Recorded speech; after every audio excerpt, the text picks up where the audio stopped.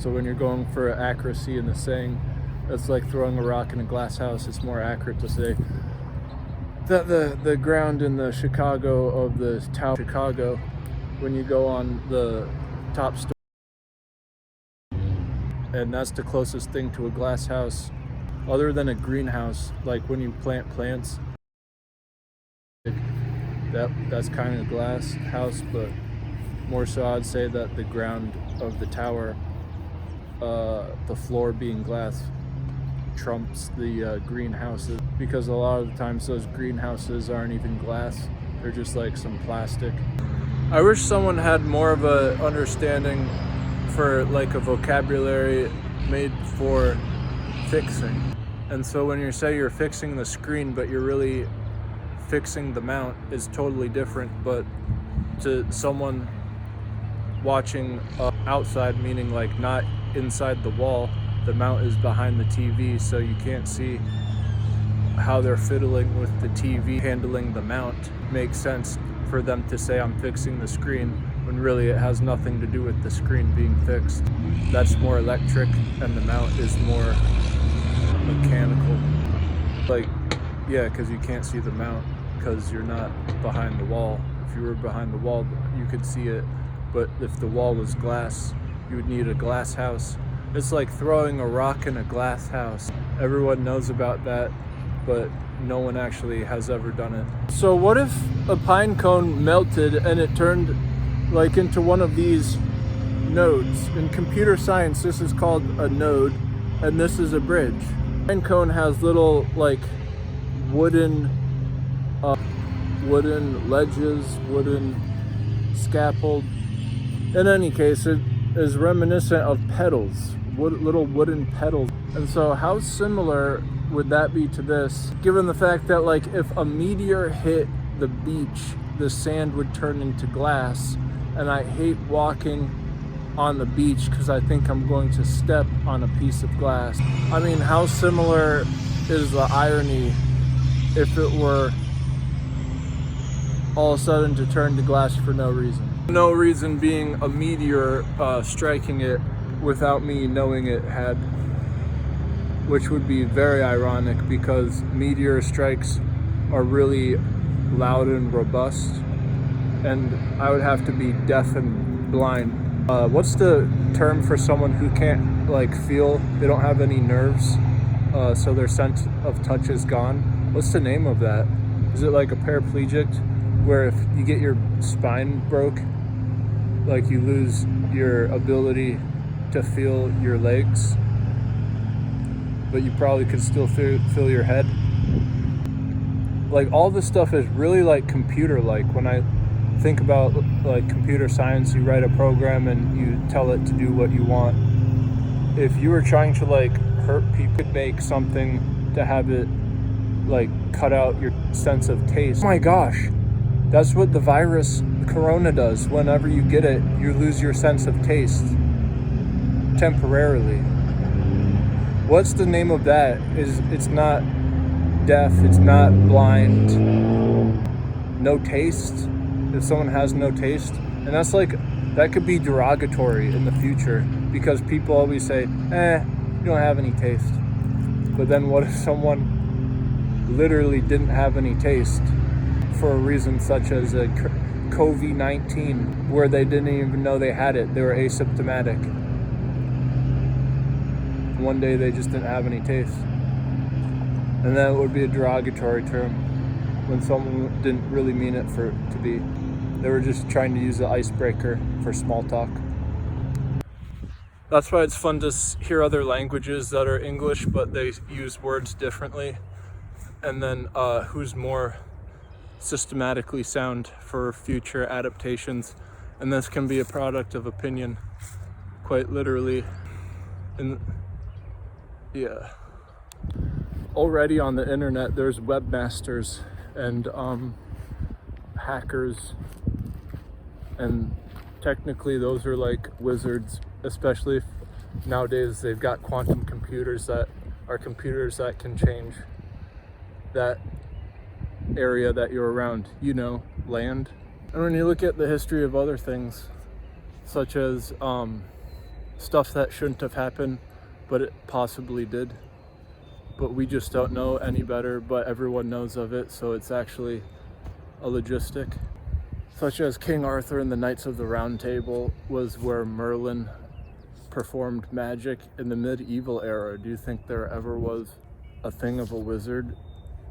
And then in Atlantis is a little bit more historically sound, where historians believe that Plato thought up of this place, or it could have been real.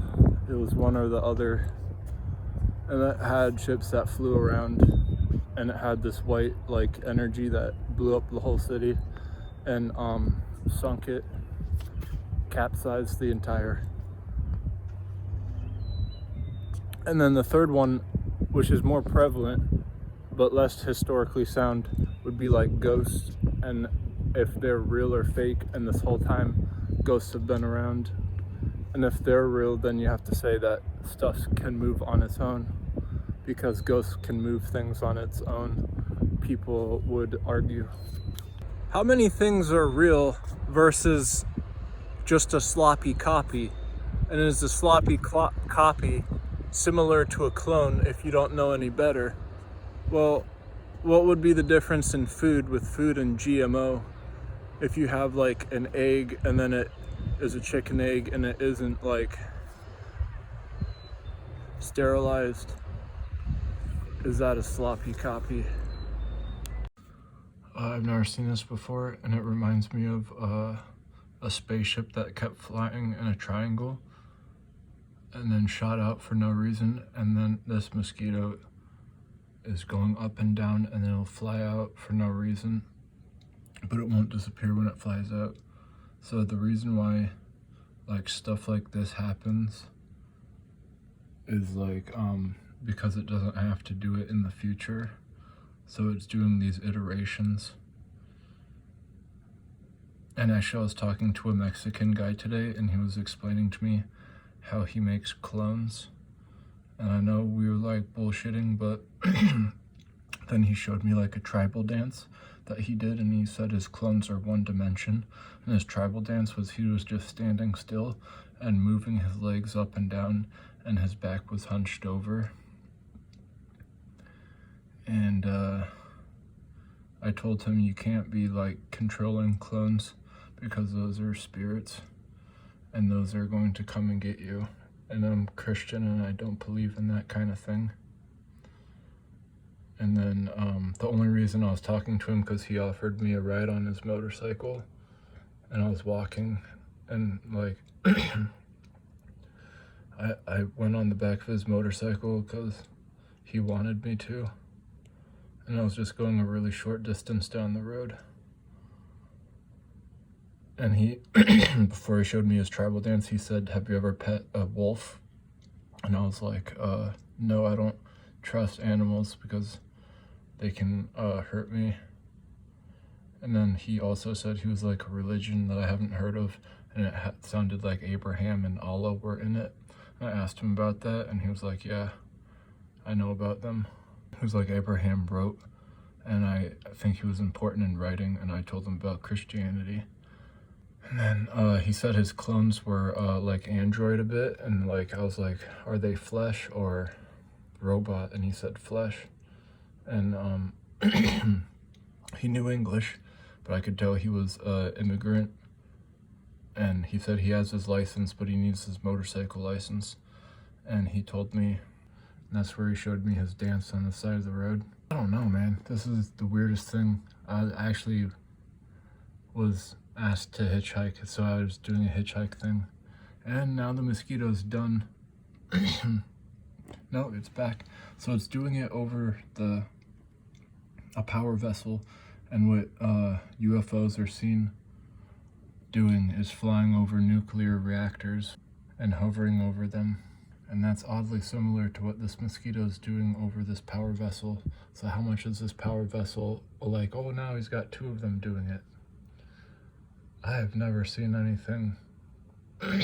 How much is this power unit nuclear reactor, and then mimic what these mosquitoes are doing, and then mimic what a UFO could be doing if it did it one time. and then never had to do this again. It's like if you did all the dishes one time in your life, and so you never had to do your dishes again in your lifetime. If this is what these guys are doing by charging an iteration, that's what it's in computer science. If you put an iteration inside of a loop, then you don't have to go back and keep tending to the iterations if it's the same thing. The task, you just call it. You call the loop and that iteration will perform it. And we did talk about UFOs, me and the Mexican guy. He said, well, then he started talking about TV shows of Futurama and this alien invasion.